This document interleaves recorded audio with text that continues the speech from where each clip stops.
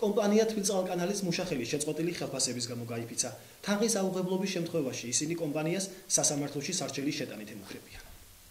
ოზურგეთის მუნიციპალიტეტის გამგეობის მიმდებარე ტერიტორიაზე თბილწყალკანალ რემშენის მუშახელმა მოიყარა თავი, რომლებიც წყლის სისტემის სარეაბილიტაციო სამუშაოებს მაკვანეთის, რუდოს და ზვანის ტერიტორიაზე ახორციელებს. კომპანიაში დასაქმებულები როგორც ადგილობრივი, ისე სხვადასხვა რეგიონიდან ჩამოსული პირები არიან.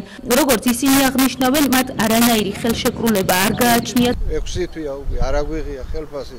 ჩვენს ყავს ცოლი, შვილი, ოჯახი სარჩელი და უზღანელობას შევატყობინეთ იქით ჩვენი გაჭირვება, ერთი კვირა კიდეც გავჩერდით, მაგრამ არაფერი რეაგირება არ მოახდინეს ჯერჯერობით და კიდევ გვატყუებენ ასე რომ იქნება ხახუჭაბათს, ხამპარასკის, არ გამეელიათ ეს ხუჭაბათი, სამშაბათი და მოდელია აი ხუჭაბათი. 3 თვე, 4 თვე ასე გვატყუებენ.